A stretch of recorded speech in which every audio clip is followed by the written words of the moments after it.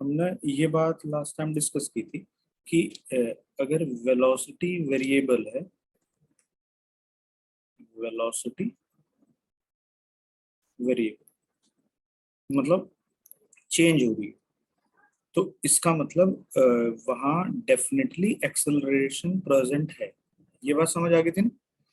अब एक्सेलरेशन जो होगा ये मल्टीपल तरीके का हो सकता है कि एक्सेलरेशन कांस्टेंट हो सकता है और एक्सेलरेशन भी वेरिएबल हो सकता है। मतलब ये भी ऐसा एक्सेलरेशन हो सकता है जो चेंज होता हो। द एक्सेलरेशन कांस्टेंट भी पॉसिबल है और एक्सेलरेशन वेरिएबल भी पॉसिबल है। जो एक्सेलरेशन वेरिएबल होगा ये टाइम डिपेंडेंट भी हो सकता है as a function of time, ये डिस्प्लेसमेंट डिपेंडेंट भी हो सकता है और ये वेलोसिटी डिपेंडेंट भी हो सकता है। जो एक्सेलरेशन कांस्टेंट है ये हम लोग केस डिस्कस कर चुके हैं कि अगर कांस्टेंट एक्सेलरेशन से बॉडी मूव कर रही है तो अलग अलग टाइम इंटरवल पे वेलोसिटी जो होगी वो इस तरह से कैलकुलेट होगी। यहाँ ए एक्सेलरेशन है टी टाइम में, u initial velocity, v final velocity. During time t body constant acceleration से ट्रेवल करके जो डिस्प्लेसमेंट देगी for a fix time interval वो इतना होगा।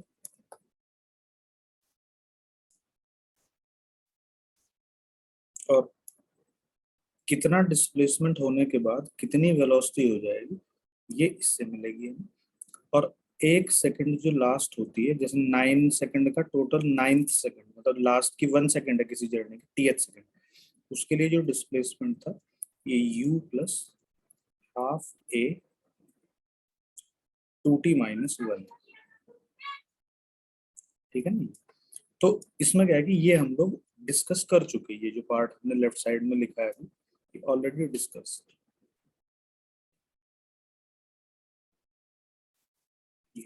अब हम यहाँ ये वेरिएबल एक्सेलरेशन का केस देखेंगे। ये काफी इंपॉर्टेंट है, मतलब जहाँ पे भी चीजें वेरी करती हैं वहाँ नॉर्मली हम लोग इंटीग्रेशन को अप्लाई करने की कोशिश करते हैं।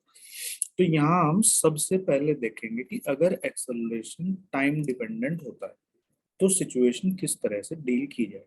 अब ध्यान से देखें कि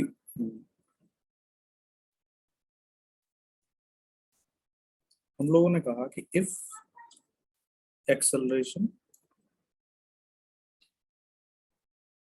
चेंजेस विद टाइम,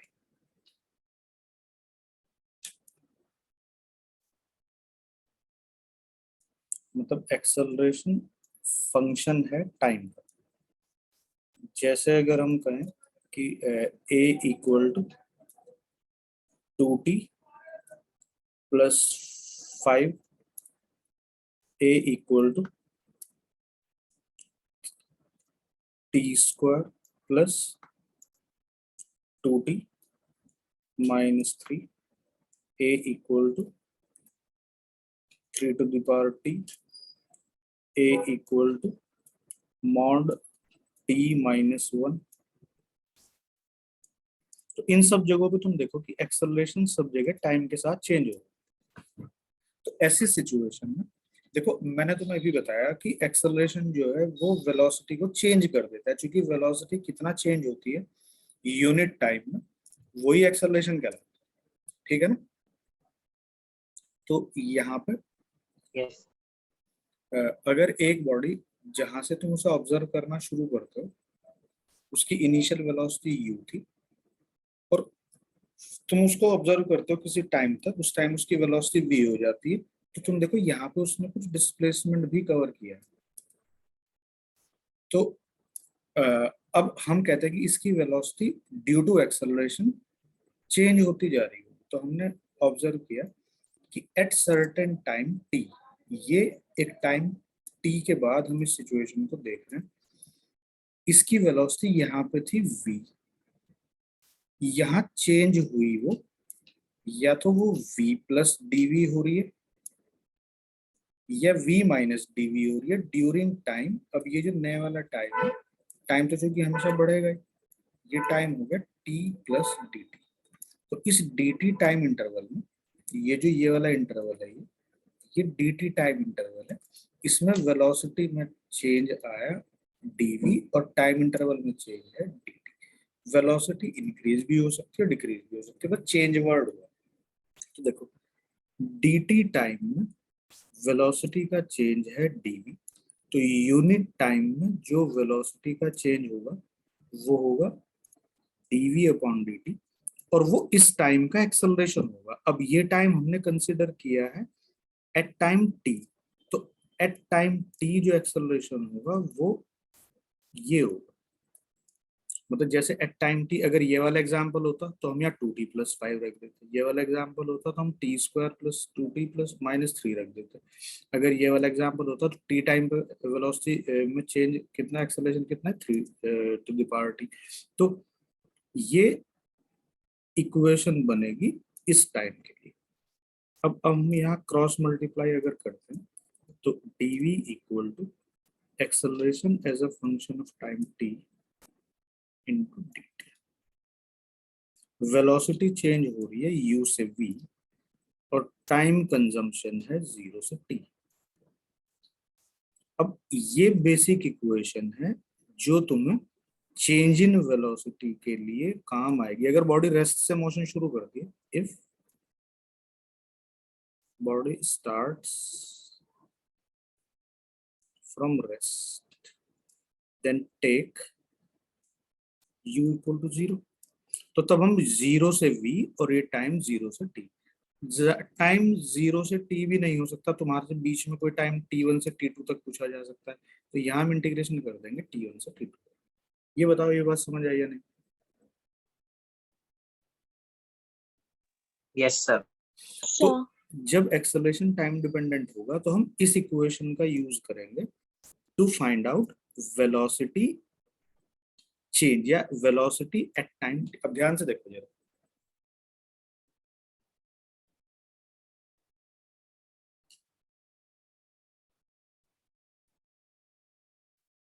जैसे अगर मैं कहता हूं कि a इक्वल टू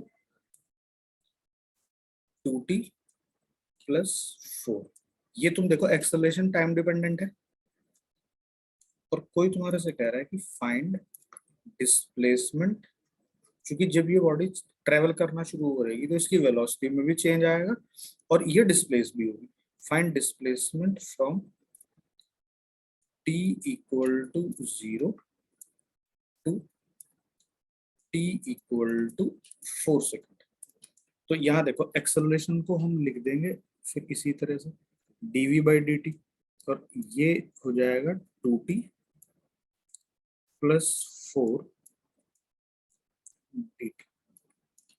ये वाली इक्वेशन जो है, ये वाली इक्वेशन हमने ये वाली इक्वेशन लिखी है इसको क्रॉस मल्टीप्लाई करके। तो अब देखो ध्यान से समझना, यहाँ अगर वो वेलोसिटी का चेंज पूछ रहा है तुम्हारे से, तो इस इनिशियल वेलोसिटी से फाइनल वेलोसिटी, इनिशियल टाइम से फाइनल टाइम, तो तुम इंटीग्रेशन की लिमिट लगाओगे। अब यहाँ उसने पूछा डिस्प्लेसमेंट, तो इसका मतलब ये है कि चूंकि ये एक्सेलरेटेड मोशन है तो वेलोसिटी भी टाइम के साथ बदल रही होगी, तो तुम्हें पहले वेलोसिटी को as a function of time t calculate करना पड़ेगा। तो हम इसको विदाउट इंटीग्रेशन ही मतलब विदाउट लिमिट ही इंटीग्रेशन करेंगे, और उसमें तुम्हें स्टार्टिंग की पोजीशन पता होनी चाहिए कि बॉडी स्टार्टिंग में रेस्ट से मोशन शुरू कर रही है t इक्वल टू 0 पे, या उसकी वेलोसिटी कुछ और है। ये जो अभी तुम लोगों को थोड़ा सा मतलब अजीब लगेगा जो मैं काम कर रहा हूँ, वो इस वजह से लग सकता है कि तुमने डेफिनेट इंटीग्रल अभी नहीं पढ़ा, तुमने बीच में ही आफत मचा दी थी कि हमें शुरू करना है फिजिक्स की क्लास, जबकि तुम्हारा डेफिनेट इंटीग्रल पेंडिंग। तो इनडेफिनेट इंटीग्रल और डेफिनेट इंटीग्रल में थोड़ा सा फर्क होता है, वो मैं तुम्हें टाइम के साथ में समझा दूंगा, फिलहाल अभी देख लो। देखो मैंने तुम्हें बताया था कि अगर हम इस इक्वेशन को इंटीग्रेट करते हैं तो ये आएगा v इक्वल टू, ये क्या आएगा 2t² / 2 प्लस 4t+c। तुम्हें याद है एक कांस्टेंट हम लगाते थे इंटीग्रेशन के बाद में? Yes sir. अब तुम ये देखो, अगर यहाँ पर लिमिट होती तो जब मैं lower limit minus upper limit लगाता तो फिर मुझे इस कांस्टेंट की जरूरत ना पड़ती, क्योंकि ये माइनस करने में ये वाली कांस्टेंट हम कैंसिल आउट हो जाती। ठीक है ना? भाई एक बार तुम पूरे एक्सप्रेशन में लोअर लिमिट लगाते, माइनस एक बार अपर लिमिट लगाते, तो इसमें क्या करते हैं, ये सी वाली जो लास्ट टर्म है कैंसिल आउट हो जाती है। Yes, sir. तो ये डेफिनेट इंटीग्रल में इस कांस्टेंट को लगाने की जरूरत नहीं पड़ती है, सिर्फ बिना लिमिट वाला जो इंडेफिनेट इंटीग्रल होता है उसमें जरूरत पड़ती है। अब इसका यूज देखो यहाँ पे हम कैसे करेंगे, कि हम ये करेंगे if at t equal to 0 body was at rest, मतलब ये कंडीशन तुम्हें दी होगी कि भाई रेस्ट से मोशन स्टार्ट करता है, तो एट t इक्वल टू 0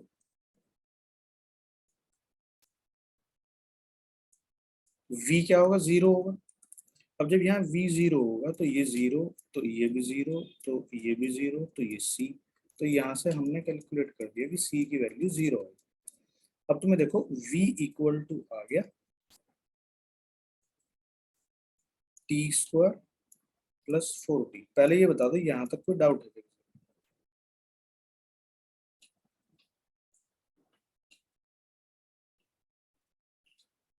बोलो भाई जल्दी। हेलो। Yes, sir. क्या डाउट है बताओ। सर कोई डाउट नहीं है। हाँ मतलब यहाँ पे अगर एक्सेलरेशन था टाइम डिपेंडेंट, तो हमने पहले उससे क्या करा कि हमने उससे इंस्टेंटेनियस वेलोसिटी कैलकुलेट कर ली। इंस्टेंटेनियस वेलोसिटी मतलब velocity as a function of time. ये तुम यहाँ देख भी पा रहे हो, velocity as a function of time. अब तुम्हें याद हो कि हम कल परसों जो ऑफलाइन क्लास में, उससे पहले ऑनलाइन क्लास में भी हमने डिस्कस किया था कि भाई अगर सपोज करो कि तुम्हारे पास में velocity as a function of time है, तो ये equation ds equal to vt dt, ये इक्वेशन डील करती है किसको, डिस्प्लेसमेंट कैलकुलेशन। तो ये velocity as a function of time t हम यहाँ पहले कैलकुलेट कर चुके हैं, ये टी स्क्वायर प्लस 4t। तो कुछ जगहों पे तो तुम्हें ये देगा, कुछ जगहों पे तुम्हें ये भी कैलकुलेशन करने को कह देगा, बस एक्सेलरेशन दे देगा। कितने से कितने टाइम में उसने डिस्प्लेसमेंट पूछा है, find displacement from 0 to 4 second. तो 0 to 4 सेकेंड में अब हम कह देंगे ये 0 to s, ये 0 से 4। अब एक बात ध्यान से समझो, यहाँ उसने इनिशियल कंडीशन दी है, ये मैंने साइड में लिख दिया, if body starts from rest. अगर वो ये कहता है कि एट t इक्वल टू 0 उसकी इनिशियल वेलोसिटी 10 है, तो हम t इक्वल टू 0 रखते, t इक्वल टू 0 रखते, v की वैल्यू रख देते 10, तो c की वैल्यू कितनी आ जाती 10, तो फिर यहाँ प्लस 10 और ऐड हो जाता है। तो हम तब यहाँ पे इंटीग्रेट कर रहे होते T square plus 4t plus 10 को। समझ गया ना क्या रोल है कांस्टेंट का? Yes sir. हाँ, तो अब यहाँ से फिर हम इसको जब इंटीग्रेट करेंगे तो ये आ जाएगा भाई s equal to t³/3 plus 2t² upper limit 4 lower limit 0। तो ये अब हम तुम एक बार क्या करोगे, एक बार t की वैल्यू अपर लिमिट 1 रखोगे, एक बार लोअर लिमिट 1 रखोगे, तो ये जो कैलकुलेट करके आएगी ये तुम्हारा डिस्प्लेसमेंट होगा ड्यूरिंग 4 सेकेंड, 0 to 4 सेकेंड, जब बॉडी का एक्सेलरेशन ये होगा। तो देखो एक्सेलरेशन से पहले तुम्हें वेलोसिटी का एक्सप्रेशन निकालना पड़ा। अगर वो ये पूछता कि t इक्वल टू 6 सेकेंड पे वेलोसिटी कितनी होगी, तो इस एक्सप्रेशन में तुम्हें क्या कर देना था, बस t की जगह 6 रख देना था। और अगर वो पूछ रहा है कि 0 से 4 सेकेंड में बॉडी ने कितना डिस्प्लेसमेंट करा, तो तब हमें से एक स्टेप और आगे लेके जाना। कुछ समझ आया कि नहीं आया? यस सर आ गया। Yes, sir. देख लो आराम से। मतलब अभी तक हमने जो चीजें पढ़ी है मैं दोबारा से एक बार नोट डाउन करा देता हूँ।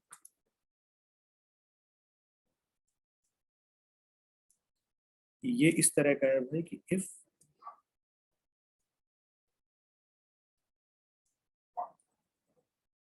वेलोसिटी इज कांस्टेंट, तो यहाँ जो डिस्प्लेसमेंट होगा वो वेलोसिटी इनटू टाइम होगा। एक तो ये था। फिर मैंने तुम्हें बताया था भाई कि इफ वेलोसिटी टाइम डिपेंडेंट है, वेलोसिटी चेंज हो रही है, तो वहां पे जो डिस्प्लेसमेंट है वो velocity as a function of time t, ये मैंने कहा था कि छोटे छोटे इंटरवल में डिस्प्लेसमेंट को डिवाइड कर लो, और एक इक्वेशन बताई थी कि इससे तुम्हें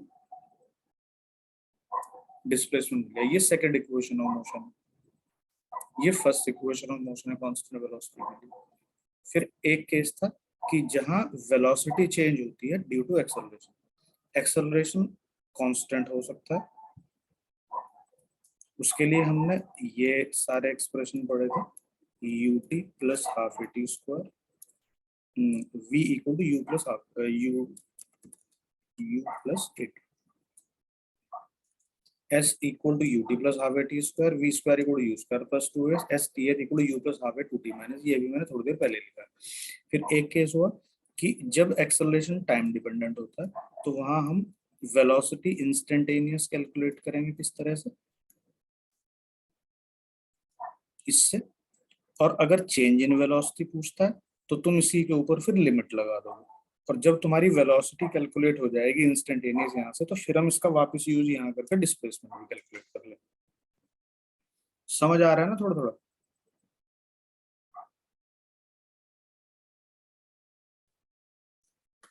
अगर तुम लोगों को समझने में इसको प्रॉब्लम है तो उसका रीजन सिर्फ और सिर्फ ये हो सकता है कि तुमने कैलकुलस नहीं पढ़ी, बस, और दूसरा रीजन नहीं।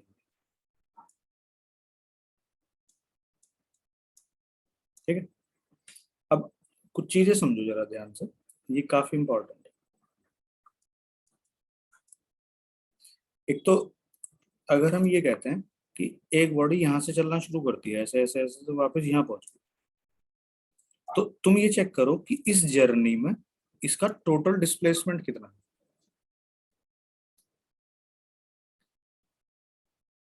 बोलो। 0. 0। तो यहाँ एवरेज वेलोसिटी क्या है? 0, 0. क्योंकि टोटल डिस्प्लेसमेंट अपन टोटल टाइम होता है। अब क्या होगा कि जब इस जर्नी को कंप्लीट किया जा रहा था, तो तुम देखो जब ये यहाँ से पार्टिकल चल रहा था तो वो बीच के किसी इंटरवल पे देखो, इस पेंसिल की टिप को देखना तुम, जैसे वो यहाँ से चल रही थी ऐसे ऐसे चल रही थी, ऐसे ऐसे चल रही थी, तो वो किसी मोमेंट पे रुकी थी क्या, कहीं ये बताओ? यहाँ से No, चली sir. ऐसे, नहीं रुकी ना वो ऐसे, तो इंस्टेंटेनियस वेलोसिटी इसका मतलब कहीं पे भी 0 नहीं थी। बोलो। Yes, sir.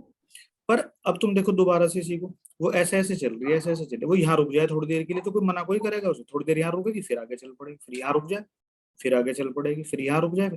तो इंस्टेंटेनियस वेलोसिटी क्या है? 0 हो भी सकती है, नहीं भी हो सकती। बोलो। Yes, sir. Yes. Average velocity 0 है।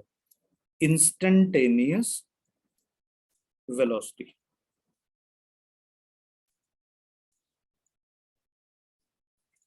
में और may not be 0। ऐसा कब होता है? ऐसा तब होगा जब बॉडी एक कर्व पाथ के ऊपर चल रही है। If body is moving on a curved path. समझ आ रहा है कुछ?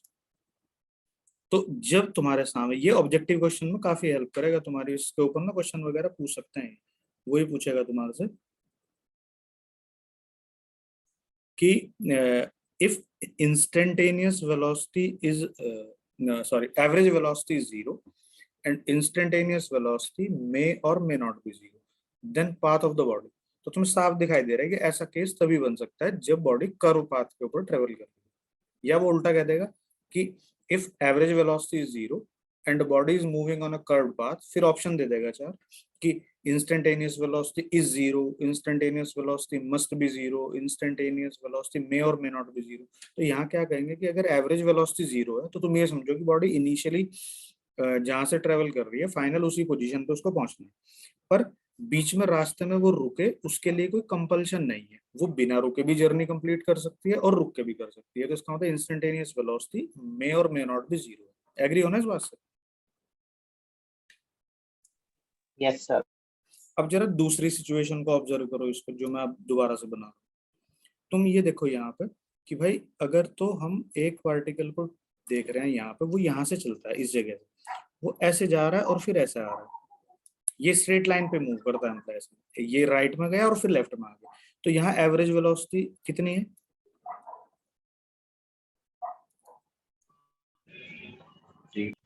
Zero. बोलो। जीरो। अब ये बताओ कि ये पार्टिकल जब यहाँ जाके ऐसा आया तो वो कहीं पर रुका भी है क्या बीच में? Yes sir. कहाँ पे? सर जहाँ से वो टर्न लेगा। ये है यहाँ पे, वेलोसिटी को जीरो होना ही पड़ेगा, मतलब without having instantaneous velocity zero its path can not be retraced. तो इसमें क्या होगा कि average velocity zero, then instantaneous velocity, अब ऊपर तो है मे और मे नॉट बी जीरो, यहाँ पे instantaneous velocity must be zero.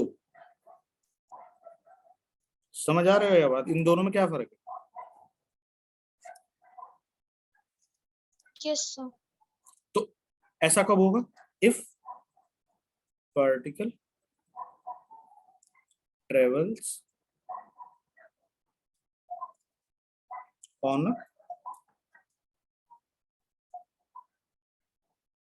straight line path। यहाँ पे पार्टिकल किस पे ट्रेवल कर रहा था? On a curved path. दोनों में तुम्हें चीजें समझ आ रही है कि दोनों में बेसिक डिफरेंस क्या यस है? सर। तो अगर पार्टिकल स्ट्रेट लाइन पे चलता है, उसकी एवरेज वेलोसिटी जीरो है, तो average to have average velocity zero instantaneous velocity must be zero. और जब बॉडी कर्व्ड पाथ पे चलती है तो to have average velocity zero instantaneous velocity may और मे नॉट बी जीरो, मतलब उसकी इंटेंशन है वो कहीं पर रुक भी सकता है और नहीं भी रुक सकता है, पर यहाँ पे इस पाथ के लिए उसको कंपल्शन है कि उसे यहाँ पे रुकना ही पड़ेगा तभी वापसी पॉसिबल है। यहाँ ऐसा कंपल्शन कुछ नहीं है, यहाँ अपनी इंटेंशन से वो रुक सकता है, नहीं तो ना रुके सीधा चला जाए ऐसा। सर हाँ बोलो भैया। जब स्ट्रेट पाथ पे चल रहा था तो जिस इंस्टेंट पे से यू टर्न लिया वहां पे v, उस इंस्टेंट पे v जो है वो जीरो है, तो जो पूरा पाथ है उसमें हर इंस्टेंट पे भी जीरो होगी। हाँ क्या कह रहे हो? जैसे मतलब ये जहाँ पे v इक्वल्स टू जीरो है, हाँ मतलब इस इंस्टेंट पे वो मुड़ेगा तो उसको मतलब v जीरो होना ही पड़ेगा। हाँ, मतलब वो तो एक्चुअल में क्या कर रहा है, वो देखो मेरी बात सुनो, वो ऐसे जा रहा है फिर ऐसे आ रहा है, वो तो यहाँ रुके बगैर वापस नहीं आ सकता। अच्छा ठीक जैसे ट्रेन चलती है ना अपने ट्रैक पे, तो अगर ट्रेन है। को यस। वापस हटना है, अपनी डायरेक्शन को रिवर्स करना है, तो वो बिना रुके उल्टा नहीं चल सकती।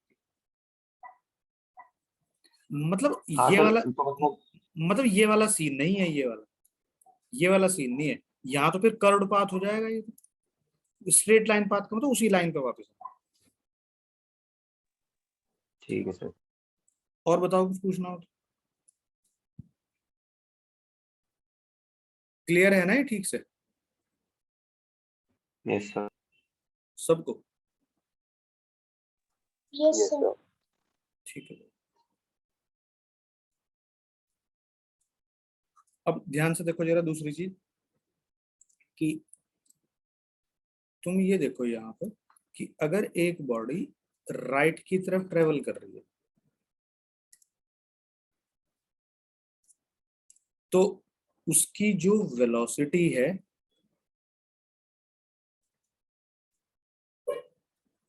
उसको हम लोग पॉजिटिव कहेंगे। अगर कोई बॉडी लेफ्ट की तरफ ट्रेवल कर रही है तो उसकी वेलोसिटी को हम नेगेटिव कहेंगे, ठीक है। ये लेफ्ट की तरफ जो मूव करने वाले ऑब्जेक्ट्स हैं उनकी वेलोसिटी नेगेटिव है, और राइट की तरफ जो ट्रेवल करने वाली वेलोसिटी है वो पॉजिटिव। अब दूसरा केस अभी हम इसी से मिलता जुलता देखेंगे। इन दोनों केस को जरा ठीक से समझ लेना।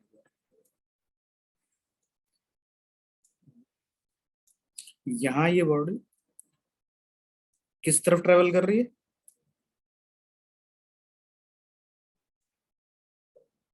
बोल, ये यहाँ पे जहां भी कर्सर है ये बॉडी किस तरफ ट्रेवल कर रही है? राइट में। राइट So की तरफ चल positive. राइट की तरफ चलने वाली वेलोसिटी कैसी होगी? पॉजिटिव। पॉजिटिव, सही बात। तो यहाँ ये बॉडी किस तरफ ट्रेवल कर रही है? लेफ्ट। लेफ्ट। लेफ्ट की तरफ। तो वेलोसिटी कैसे लिखेंगे यहाँ? Negative. नेगेटिव। अब चीजों को बहुत ध्यान से देखना एक बार, मैं क्या ही बताने की कोशिश कर रहा हूँ। अब यहाँ पे ये देखो कि ओरिजिन से बॉडी की प्रेजेंस किस चीज को शो करती है? डिस्प्लेसमेंट को। ओरिजिन से बॉडी की जो प्रेजेंस है वो किस चीज को शो करती है? डिस्प्लेसमेंट को। तो इन दोनों ही केसेस में डिस्प्लेसमेंट यहाँ कैसा होगा? बोलो। Sir positive. पॉजिटिव। पॉजिटिव, सही बात है। ये तो श्रुति की है, मैं तो कर रहा छुट्टी पे है। यहाँ डिस्प्लेसमेंट कैसा है? So negative. Sir negative. यहाँ डिस्प्लेसमेंट नेगेटिव। एरो तुम्हें बता देगा खुद ही वो किस तरफ डायरेक्टेड है। अच्छा, यहाँ पे देखो जरा, यहाँ डिस्प्लेसमेंट जो है वो किस तरफ है?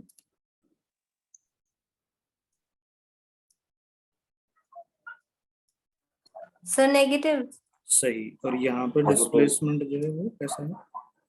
सर यहाँ पे नेगेटिव क्यों हुआ? Sir positive. नेगेटिव। एरो देखो ना तुम, बॉडी की पोजीशन को ओरिजिन से जब मिलाएंगे तो एरो किस तरफ जाएगा? हाँ हाँ नेगेटिव ही पहले इन चीजों को समझ लो जरा ध्यान से। बोलो, समझ आ रहा है क्या? Yes sir. अब यहाँ पे तुम भाई ये देखो जरा ध्यान से कि दोनों फिगर में ये कंक्लूड करो कि जब वेलोसिटी और डिस्प्लेसमेंट आइडेंटिकल साइन के होते हैं, when velocity and displacements are of like sign, when displacement and velocities are of like sign, या तो दोनों के दोनों पॉजिटिव पॉजिटिव हो या दोनों के दोनों नेगेटिव नेगेटिव हो, ठीक है। when displacement and velocity are of like sign, तो ऐसी सिचुएशन में क्या होता है?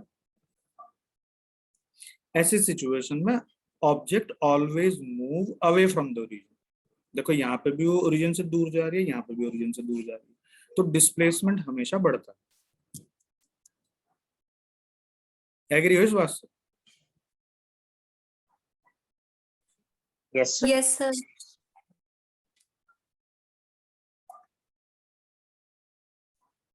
अब नया केस देखो जरा कि जब डिस्प्लेसमेंट और वेलोसिटी अनलाइक साइन के होते हैं। अनलाइक से मतलब एक पॉजिटिव है एक नेगेटिव है, ये दोनों केस वही है। तो ऐसी सिचुएशन में हमेशा बॉडी ओरिजिन की तरफ मूव कर रही होती है, और ऐसी सिचुएशन में डिस्प्लेसमेंट कम होता है। Body always approaches the origin and displacement always decreases. समझ पा रहे हो? Yes displacement and velocities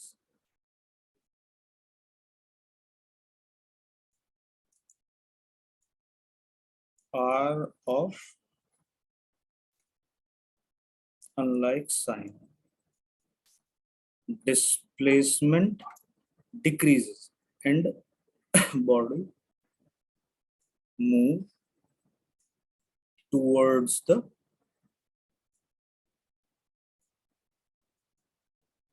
origin। Agree करते हो ना इस बात से? Yes sir. यस सर तो तुम्हें चीजें किस तरीके से देखनी पड़ेंगी। मैंने तुम्हें ये बताया था एक बार, याद हो जब हम फंक्शन पढ़ रहे थे कि किस केस में मतलब कौन पॉजिटिव है कौन नेगेटिव है, ग्रेटर देन जीरो और लेस देन जीरो वाला केस अगर याद हो तो। बोलो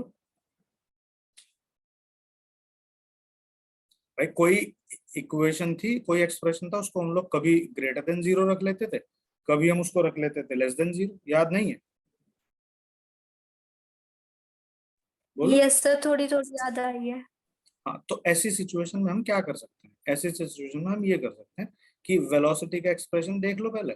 जब तुम्हें वेलोसिटी का एक्सप्रेशन मिल जाए उसको ग्रेटर देन जीरो रख दो या लेस देन जीरो रख दो, जो भी तुम्हें रखना है। इसी तरह डिस्प्लेसमेंट का एक्सप्रेशन चेक करो, उसे ग्रेटर देन और लेस देन जीरो रख के कैलकुलेशन कर लो। तो जहां पे दोनों की दोनों चीजें तुम्हें अपोजिट साइन की दिखेंगी तो वहां तुम कैलकुलेट कर सकते हो कि डिस्प्लेसमेंट यहाँ कम हो रहा है और यहाँ पे बढ़ रहा है। बॉडी यहाँ ओरिजिन की तरफ जा रही है, यहाँ ओरिजिन से दूर जा रही है, जब दोनों की दोनों चीजें अनलाइक या लाइक साइन की होती है। समझ पा रहे हो ना फंक्शन किस तरह से काइनेमेटिक्स में कनेक्टेड।